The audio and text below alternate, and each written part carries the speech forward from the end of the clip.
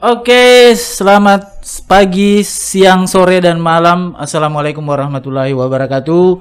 Bagi para pemirsa atau subscriber channel YouTube SMK Absentee Makassar, sampai selamat berjumpa kembali dan dalam suasana yang sangat hangat-hangat atau dingin-dingin seperti ini.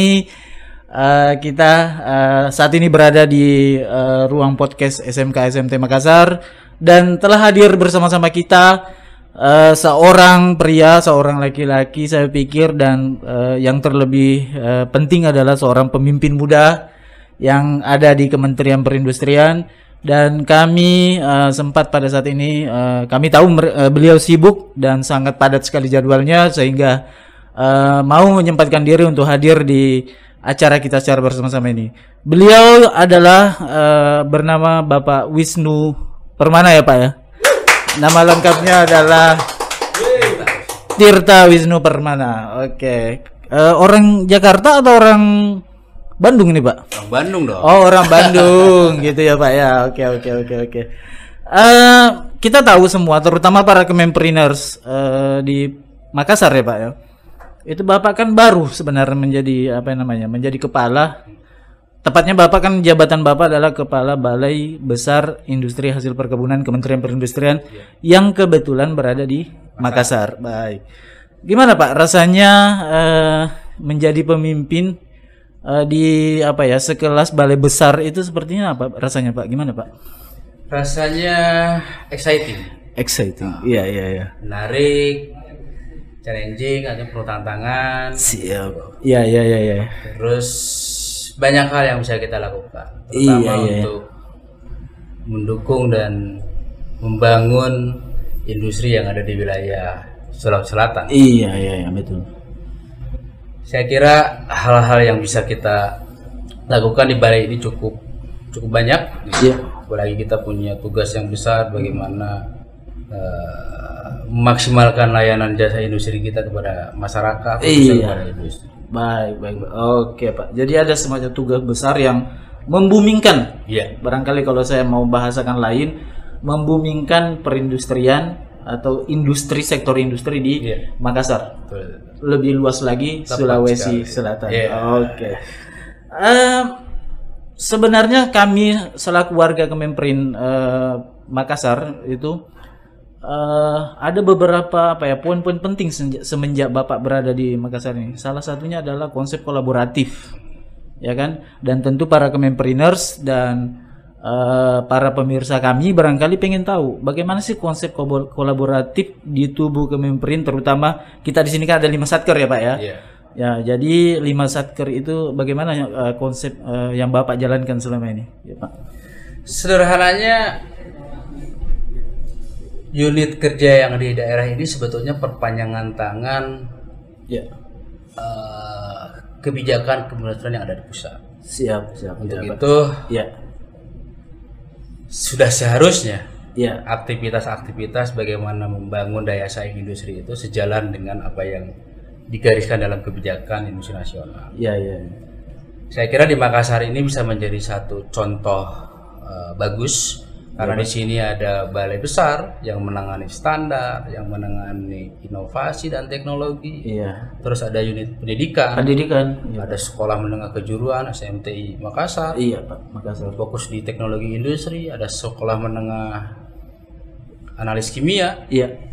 Yang memang fokus membangun kompetensi di bidang analisis kimia. Iya Pak. Ada juga Politeknik Atim Makassar.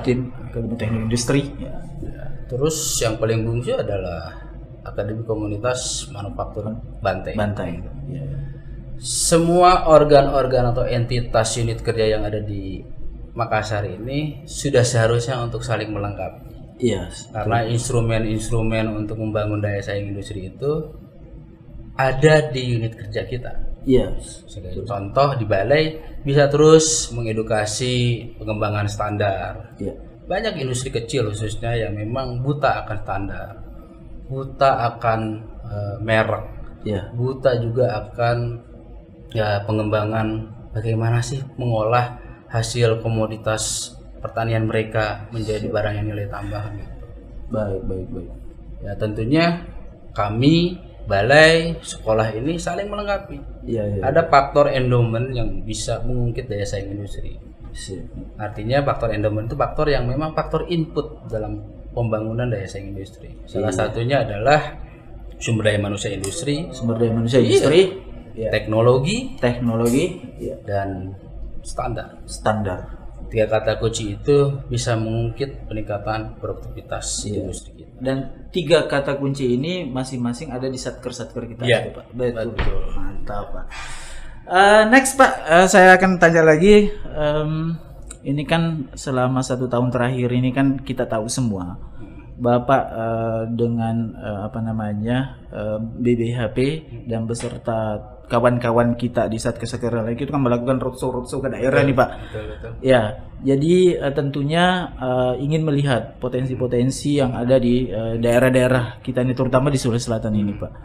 Yang barangkali menurut Bapak sektor-sektor kalau kita kaitkan dengan industri, itu sektor industri apa sih yang sekiranya sesuai dengan korelatif dengan potensi daerah yang ada itu? Kira-kira sektor industri apa sih yang sebaiknya dan yang diperbanyak di Sulawesi Selatan ini, Pak?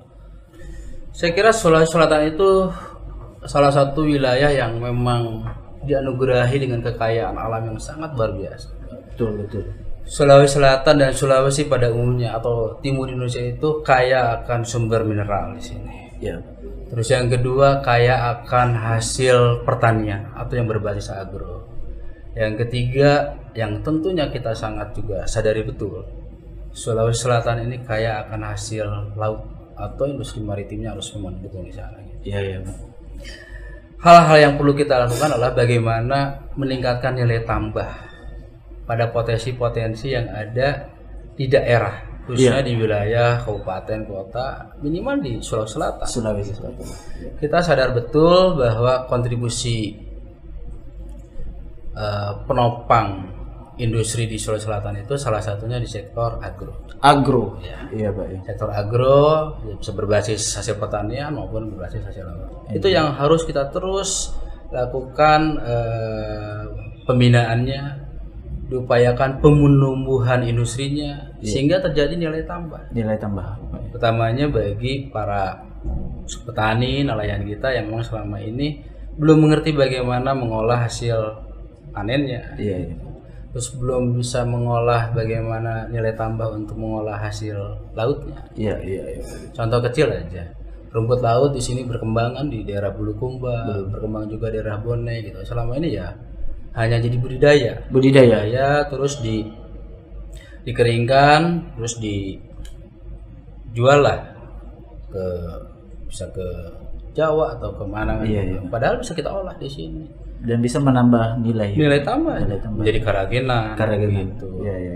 Dan SMK SMT ini bisa menjadi contoh karena kita punya teaching factory itu rumput laut itu kan luar biasa gitu. Betul Pak. Yang bisa direplikasi bahkan bisa diduplikasi teknologi itu dengan skala kecil sehingga kelompok tani atau kelompok nelayan ini bisa membangun industri daerahnya dengan investasi yang memang tidak terlalu mahal. Oke, betul. Mantap Pak.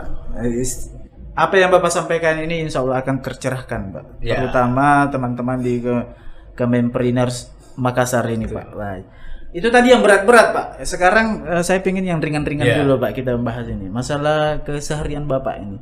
Saya tahu Bapak menjadi seorang kepala balai itu tugas besarnya sangat berat. Tetapi saya lihat juga dan saya dengar, saya perhatikan Bapak ini juga tidak mengenyampingkan yang namanya hobi, olahraga, gitu kan. Saya tahu juga olahraga Bapak ini juga tidak satu, tidak dua, tapi bahkan sepeda juga, bulu tangkis juga, tenis juga, bahkan touring juga, motor juga, Pak. Gimana Bapak membagi semua itu antara pekerjaan dengan hobi yang Bapak gelut ini? Pekerjaan itu harus dilengkapi dengan passion hobi kita. Passion ya. Poinnya di situ. Kita utamakan juga tanggung jawab pekerjaan kita selingi hobi kita. Iya. Dan saya yakin hobi itu bisa memberikan dampak yang luar biasa ketika kita membangun kebersamaan dalam organisasi kita. Iya, iya, Pak. Ya contoh kecil kita saya di balai ini dengan kita melakukan olahraga rutin selain untuk apa ya kebugaran ya. Kebugarannya gitu. Pak.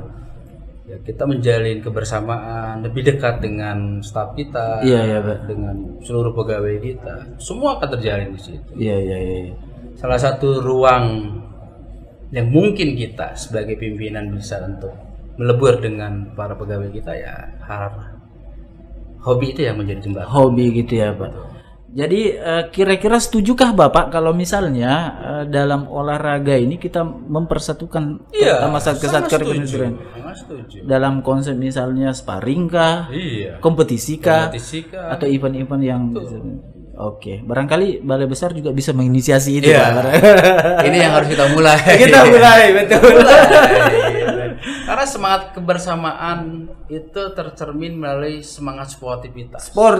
Dan itu didapat di olahraga. Betul. Ya, betul sekali. Mantap. Iya. Lanjut Pak. Kira-kira ini saya kembali ke Satker kita di sini.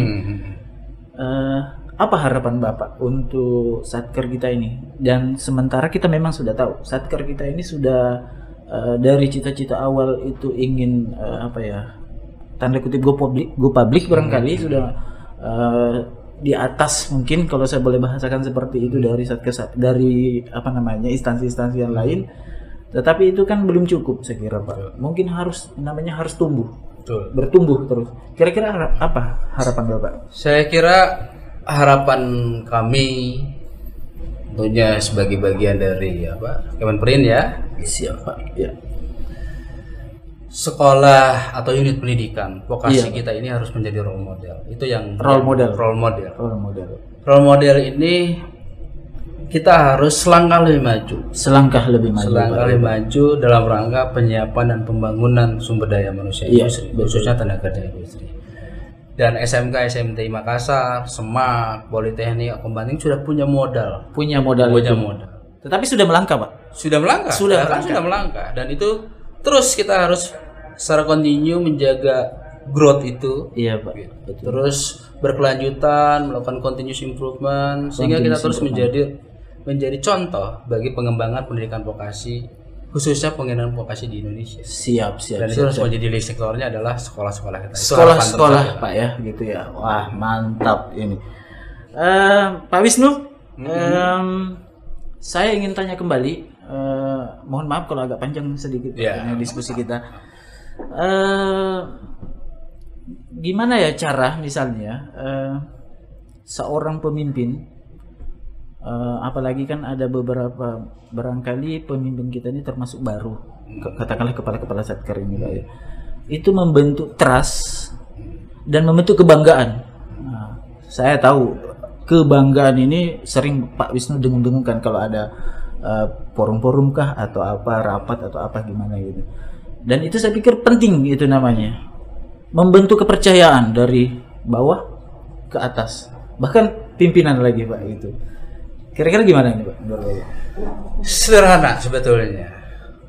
Kata kuncinya sebagai pemimpin itu harus membuka diri.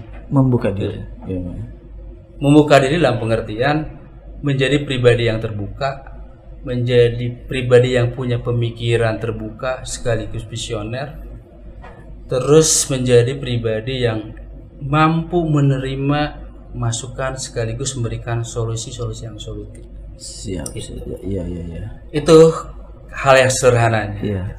Tapi itu harus dibarengi dengan sebuah pendekatan. Saya membawa konsep ini di balai saya. Saya sebut namanya atau konsepnya adalah leadership at all level. Artinya konsep leadership itu harus dimiliki oleh seluruh pegawai, tidak hanya pimpinannya, bahkan dari pimpinan sampai office boy, paling terendah itu, mereka harus punya leadership sesuai dengan porsi dan tanggung jawabnya.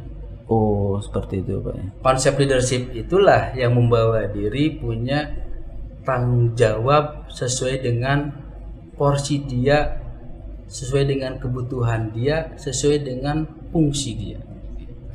Nah, dengan begitu, dengan rasa leadership itu akan muncul tuh rasa trust antar saring pegawai, sesama, bahkan antara pimpinan dengan bawahan. Siap.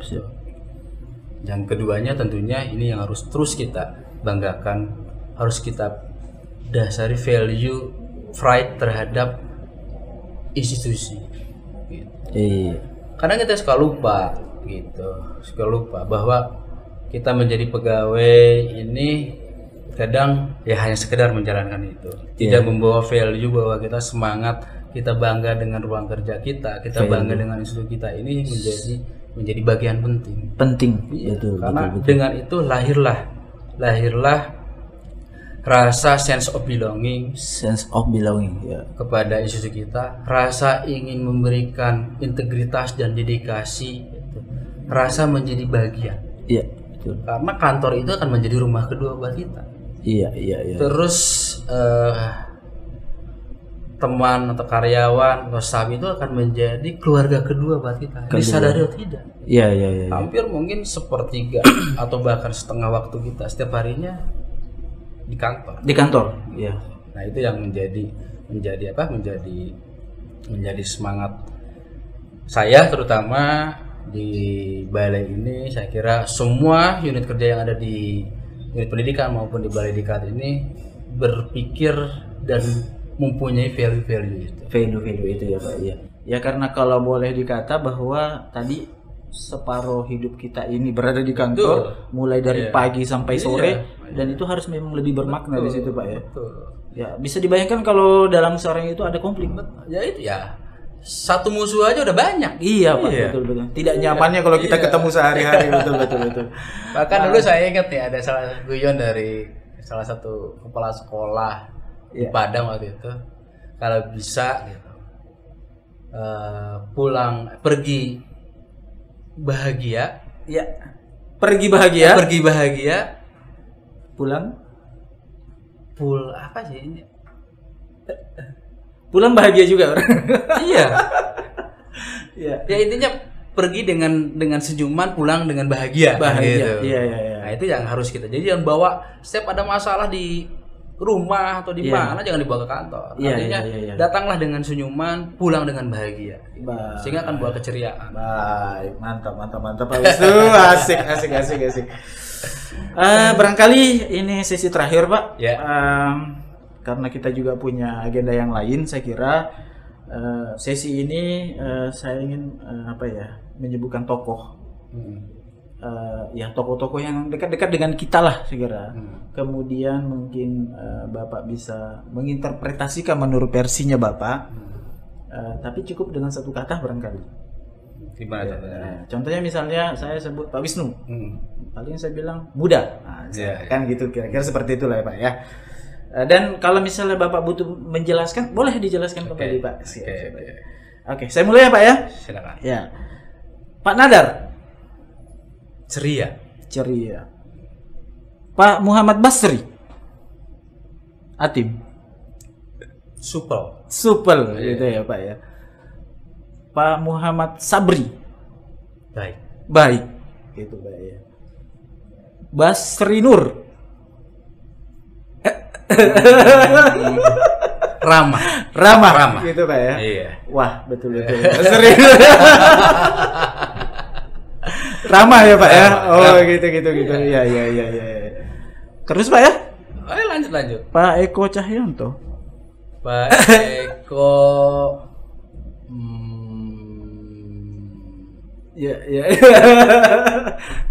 ya tegas lah ya. Gitu ya Pak ya. Oke. Terus Pak Arus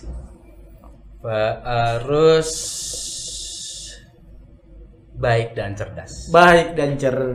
Oke, dan itu semua sudah bisa terjawab dengan baik oleh Pak Wisnu. Gimana Pak? Ya, mudah-mudahan iya Pak. Obrolan kita ini bermakna lah ya.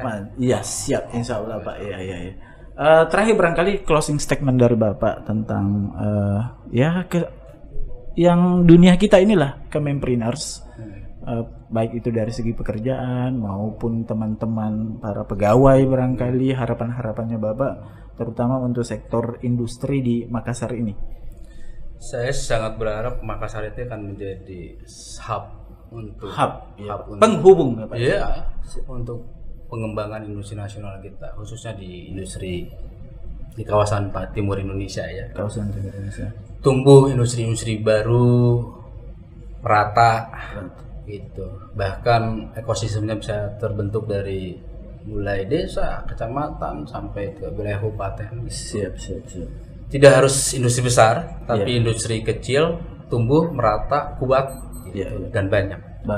Dan itu perlu fasilitasi dan dukungan dari unit kerja yang ada di Makassar, baik dari balai besar, dari sekolah menengah teknologi industri, sekolah menengah kimia analis, politeknik teknologi industri, akademi manufaktur, dan bahkan dari balai diklat industri. Saya kira itu tugas kita cukup berat dan menantang, tapi tantangannya daya saing industri nasional adalah kunci pembangunan ekonomi. Insya Allah. Dan saya kira teman-teman siap semua untuk bekerja keras, berkolaborasi, dan yang terpenting adalah ada yang mengkoordinir, Pak. Itu semua itu baik.